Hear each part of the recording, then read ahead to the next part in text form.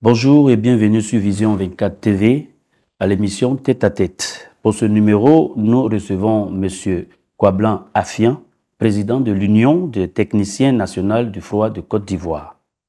Avec lui, nous parlerons du métier du froid et du fonctionnement de l'Union des techniciens du froid de Côte d'Ivoire. Bonjour M. Kwablan Afian. Bonjour monsieur. Bienvenue sur notre plateau. Merci à vous de nous avoir invités. Comment se porte votre union? L'union se porte, je peux dire, un peu bien. Vu que nous avons quelques petites difficultés, donc on ne peut pas se dire que l'union se porte à merveille, mais pour le moment on fait avec. Alors, c'est un métier noble. Dites-nous, c'est qui un technicien de froid? C'est un métier plus que noble. Et puis un technicien de froid, c'est quelqu'un même, un homme même qui est pour la vie sur Terre. C'est un technicien qui permet à l'être humain de pouvoir s'épanouir, de pouvoir vivre correctement sur la Terre. En rentrant dans la profondeur de ce métier, on va comprendre pourquoi est-ce que je dis ça. Donc un technicien, c'est un technicien à part entière, c'est, je vais dire, un citoyen qui permet de tout faire dans la vie en fait. Et vous avez décidé de mettre sur place donc une union nationale des techniciens. D'où est venue cette idée? L'idée est venue naturellement parce qu'il y a un manque.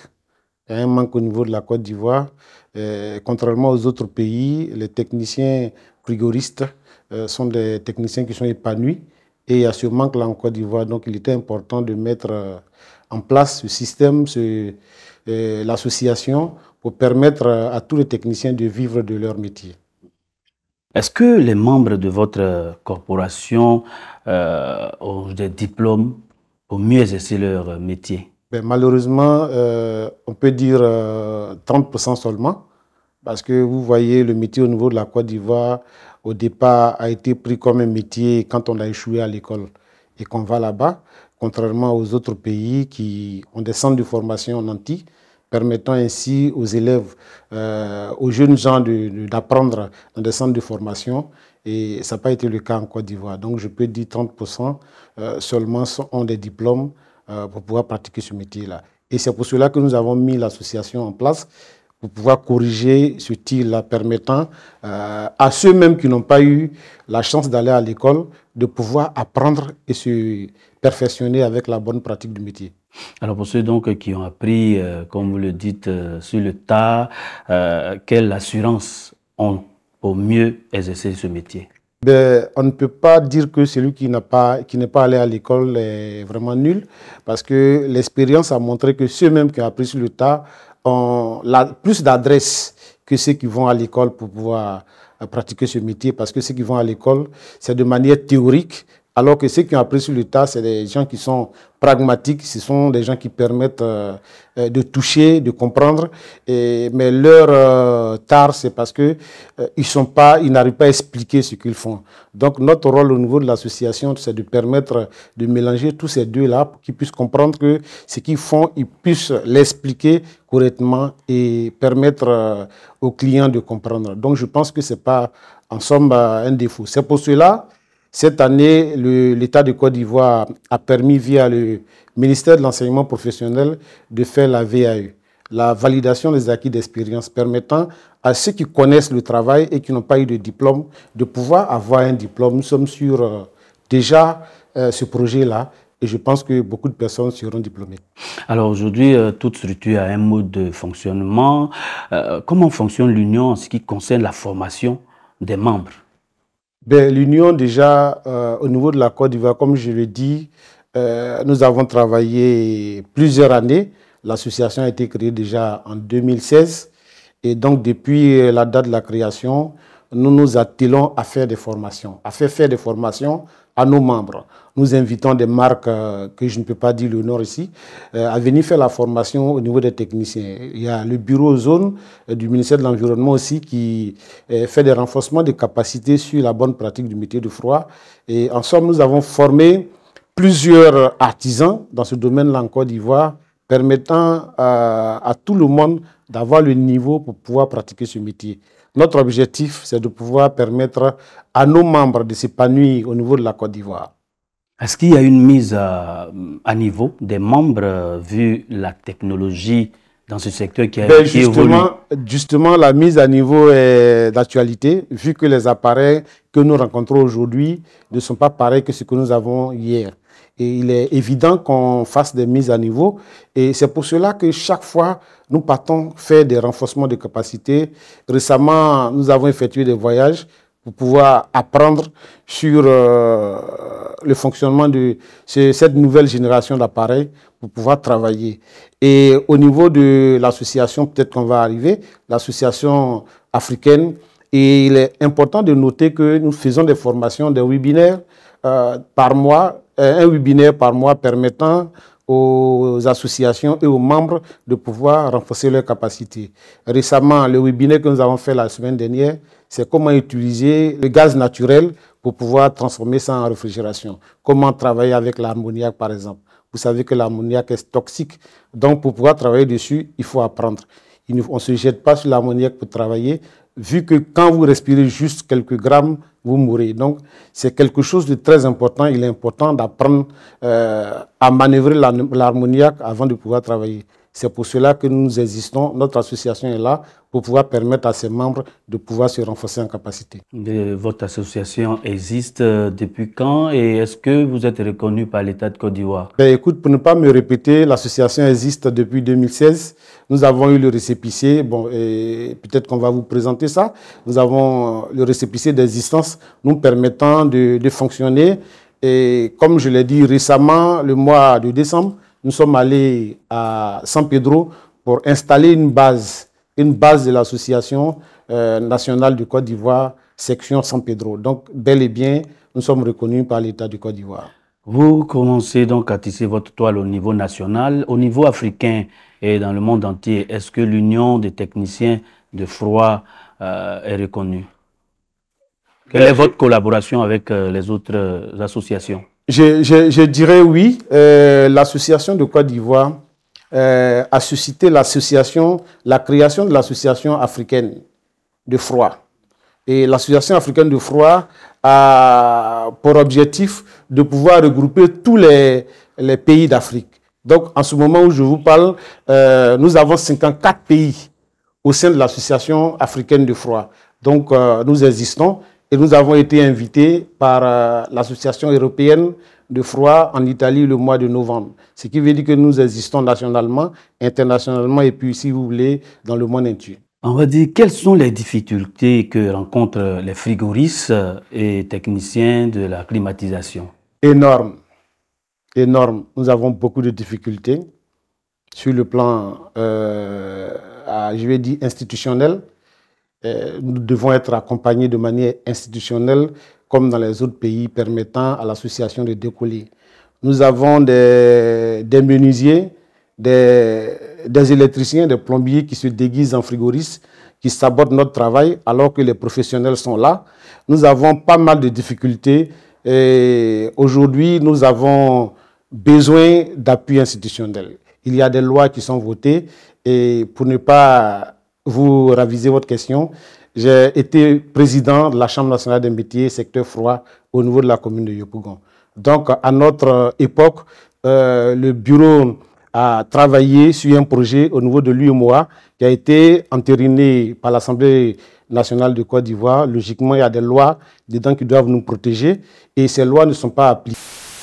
Encore suivi et c'est ça qui fait qu'aujourd'hui nous avons des problèmes. Mais je pense que le président Bamba Kassou, dans son élan de transformation au niveau de la Chambre des métiers, est en train de faire des efforts et je pense que ça va aboutir. On va plus voir les menuisiers qui vont se mélanger aux frigoristes, les frigoristes qui vont se mélanger aux menuisiers.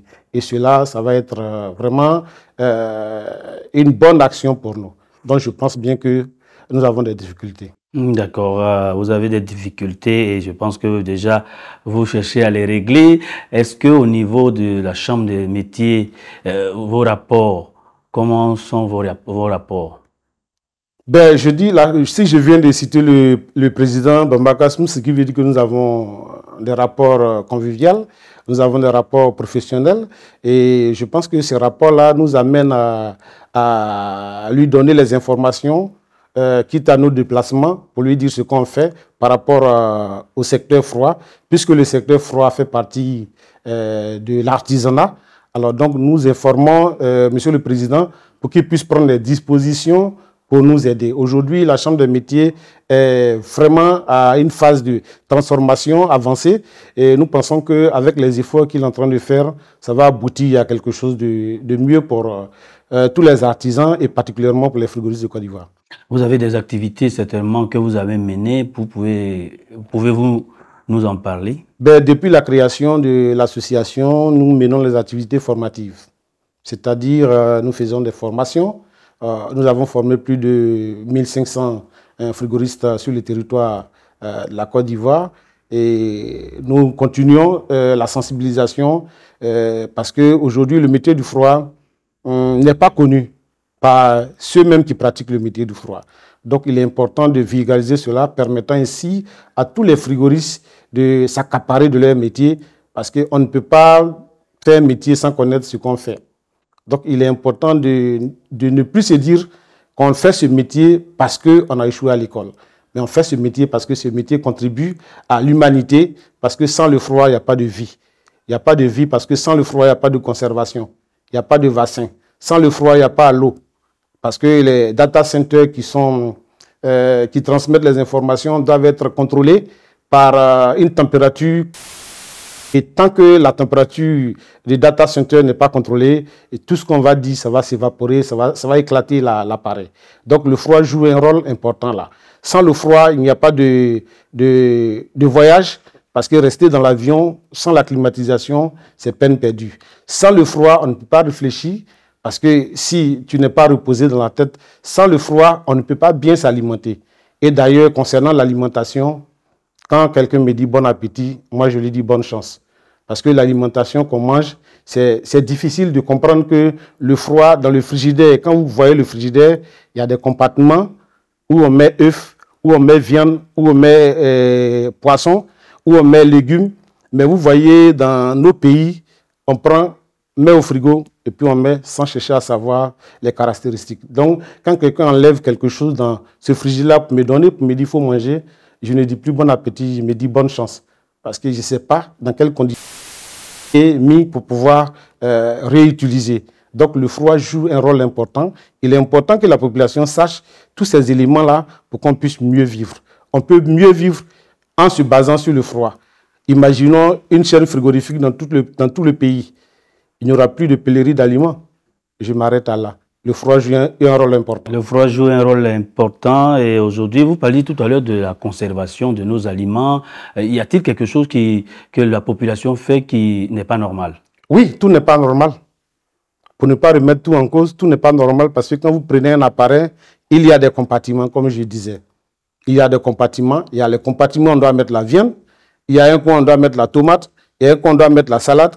Mais si vous mettez tout dans un seul coin, mais vous ne conservez plus. Vous faites autre chose. Donc, c'est vrai, il y a des choses, il y a les comportements qu'on doit changer. Et il y a des appareils dédiés à différents, par exemple, les appareils de vin. Pour conserver le vin, on ne peut pas conserver la viande. Donc, il y a toutes sortes d'appareils qu'il est important de savoir. Je pense qu'on aura le temps de revenir sur ça un jour. C'est important. Alors, vous avez reçu des trophées, on en voit sur donc, notre plateau. Je vois ici Award Association of Year, voilà, pour les 3ARC. Parlez-nous de ce trophée. Ben, écoute, ce trophée-là, je pense que on l'a reçu à Ouagadougou en 2021, la première association d'Afrique. Sur les 54 pays, l'association de Côte d'Ivoire était la meilleure. Parce que nous avons travaillé d'arrache-pied, sans moyens d'accompagnement, sans mesure d'accompagnement de qui que ce soit. Nous avons travaillé avec les moyens de bord. Nous avons effectué des voyages avec les moyens de bord. Et nous avons eu ce trophée. Nous sommes venus. C'est vrai que ce n'est pas grande chose, mais ça nous a boosté dans notre engagement de faire changer les choses au niveau de la Côte d'Ivoire. Un autre trophée qui, en tout cas... Oui, c'est pareil parce que... Ça veut dire que vous travaillez bien au niveau de l'Union. Bien sûr. C'est pareil parce que vous voyez ici, c'est UNTPFCI, Union nationale des techniciens froid professionnels de Côte d'Ivoire. Et c'est l'association qui a suscité la création de U3AC. c'est-à-dire union, les trois là, c'est association acteurs africaine de la réfrigération et de la climatisation. Donc vous voyez que c'est quelque chose que nous essayons de faire à notre modeste moyen et les résultats sont là. C'est vrai qu'on ne va pas prendre le drapeau pour dire qu'on a fait ça, mais on travaille pour les artisans de Côte d'Ivoire. Alors aujourd'hui, l'Union se bat beaucoup pour valoriser donc le secteur.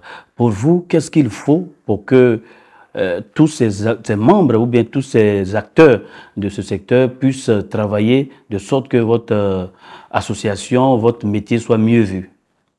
Ben, je pense que la responsabilité nous incombe, nous les acteurs du froid, les frigoristes, qu'on dise. Il faut qu'on arrive à se responsabiliser, il faut qu'on arrive à se prendre en charge, il ne faudrait pas qu'on compte sur quelqu'un, il faut qu'on arrive à se former et il faut qu'on arrive à se mettre ensemble. Notre association est là pour l'épanouissement de tous les frigoristes de Côte d'Ivoire. C'est vrai qu'il va y avoir des gens qui vont venir pour pouvoir nous diviser. C'est vrai qu'il va y avoir des gens, toujours, parce qu'il y a des gens qui se sucrent sur peut-être les frigoristes de Côte d'Ivoire, ils ne vont pas chercher à ce qu'on s'unisse. Alors moi, je pense que je suis frigoriste. C'est vrai que je suis assis ici, mais mon travail du 1er au 31, c'est de faire le froid. Alors je suis frigoriste, je ne suis pas bureaucrate. Je ne suis pas payé ailleurs. Mon salaire, je tire dans le froid. Alors, je parle du froid parce que je connais le froid. Et je respire le froid parce que je connais le froid. Et je ne viens pas parce qu'on m'a mandaté, ou bien on m'a dit, je suis fonctionnaire, va diriger. Donc, mon objectif, c'est de permettre à tous les frigoristes de se connaître, de connaître leur milieu. C'est pourquoi nous avons créé des plateformes nous permettant de nous en sortir dans les difficultés. Aujourd'hui, si je suis à Korogo et que j'ai une panne que je n'arrive pas à dépanner, je mets sur la plateforme, dans les 3 minutes qui suivent, il y a quelqu'un qui me répond pour me dire que voilà, cette panne que tu as, il faut faire ça, il faut faire ça. C'est une solution pragmatique. Nous sommes là pour le froid. Donc j'invite tous les frigoristes de Côte d'Ivoire qui retardent, qui pensent que d'autres personnes peuvent venir les aider, de venir à l'association. Parce que quoi qu'on dise, c'est à nous de remonter l'information aux gouvernants pour qu'ils puissent nous prendre en charge, pour qu'ils puissent nous aider, nos difficultés. Mais si nous sommes là et puis nous disons que l'autre va faire, mais finalement on va rester comme ça 1000 ans. Donc aujourd'hui, il est temps de se mettre en branle, d'être ensemble, de s'unir et apporter notre savoir pour qu'on puisse bâtir notre corporation, faire relever les défis, parce qu'aujourd'hui, par le bien de ce travail, j'effectue beaucoup de voyages et je vois que ceux qui pratiquent le froid ne sont pas forcément misérables. Ce sont des gens qui sont très riches, qui sont aisés, qui font ce métier-là. Mais quand on arrive en Afrique, on se rend compte que tous ceux qui font le froid, c'est des gens qui sont pauvres. Pourquoi? C'est parce qu'on se néglige. Remettons-nous en cause, avançons.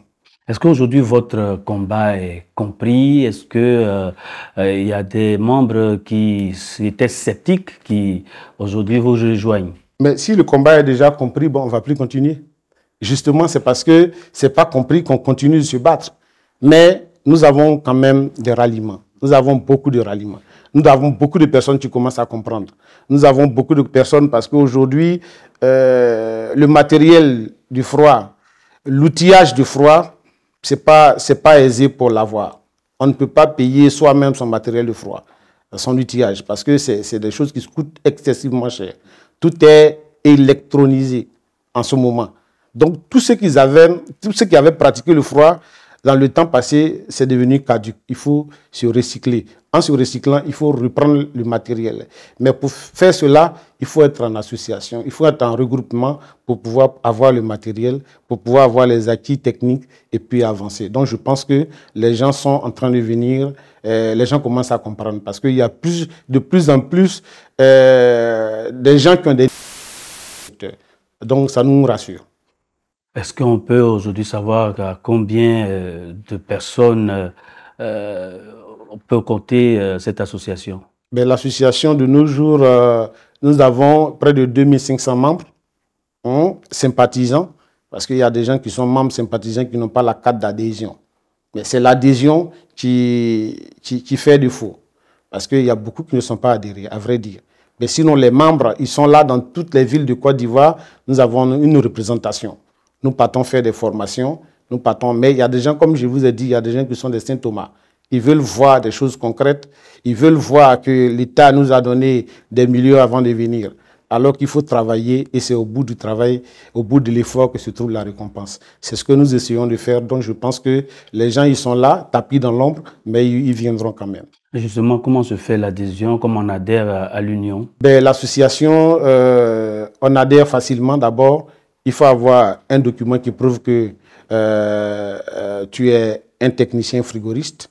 Et comme nous avons un problème au niveau de la Côte d'Ivoire, qui est que les gens apprennent le métier sur l'État, il faut d'abord avoir quelqu'un qui reconnaît que tu es frigoriste, ou bien il faut pratiquer devant un collège au niveau de l'association.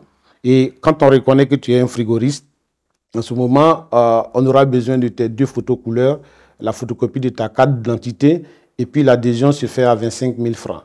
Et après cela, on t'oriente vers la Chambre nationale des métiers pour que tu puisses être pris en compte, enregistré au niveau de la Chambre des métiers de Côte d'Ivoire. Alors, M. Affian, que retenir du métier de technicien de froid aujourd'hui en Côte d'Ivoire? Le métier de froid aujourd'hui, pas seulement en Côte d'Ivoire. Que retenir du métier du froid? Moi, je peux dire qu'il n'y a pas meilleur métier que le froid dans le monde entier. Parce que le froid englobe tout. C'est le froid qui est le commencement et à la fin. D'ailleurs, quand on est, c'est de la fraîcheur. Et quand on meurt, c'est de la fraîcheur. Donc le froid est à la fin, au début et à la fin. Celui qui pratique le métier du froid a la possibilité même d'aller dans la chambre du président de la République. Celui qui pratique le métier du froid voit l'intimité de toute autorité. Donc vous voyez, ce n'est pas un métier comme les autres. Donc c'est le meilleur métier. Donc moi, je peux inviter tous les jeunes frères à s'intéresser à ce métier parce que c'est un métier d'avenir. Et surtout, ce qui nous manque au niveau de la Côte d'Ivoire, c'est les jeunes filles. Les jeunes filles qui pratiquent ce métier-là. Ailleurs, sur d'autres cieux, moi je vois les entreprises. Une fille, je viens même de causer avec une fille au Burkina qui a son entreprise. Et quand elle m'a montré les gens qui travaillent dedans, j'étais vraiment ébahi parce que c'est ce que je veux pour le pays. C'est ce que je veux pour la Côte d'Ivoire, c'est ce que je veux pour la jeunesse féminine. Je pense que ce n'est pas un métier d'homme seulement, mais c'est un métier de tout genre parce qu'il n'y a pas la force dedans. Aujourd'hui, il y a des appareils smart, pas la marque smart, mais des appareils qui sont très smart, où on peut travailler même en restant à la maison avec son ordinateur. On peut l'allumer parce qu'il y a la domotique qui existe. Donc c'est un métier vraiment que les gens doivent s'intéresser. Et au niveau de la Côte d'Ivoire, on retient que les hommes de métier doivent vraiment, les hommes de métier du froid doivent vraiment s'intéresser à l'association, doivent vraiment s'intéresser à l'union, doivent s'unir pour pouvoir sortir d'abord l'association de sa léthargie et à l'État permettre à tout le monde de pouvoir accompagner l'association sur tous les plans institutionnels. Il ne faudrait pas que dans un magasin, il y ait des gens qui vendent et qui installent en même temps alors qu'ils ne font pas le travail. Nous avons vécu beaucoup de situations, nous avons beaucoup de preuves à étaler. Nous avons des gens qui vont payer des appareils et qui installent à moindre coût, alors que nous sommes constitués en entreprise. Nous avons des acteurs, nous payons les impôts par rapport à ça. Et vraiment, c'est difficile.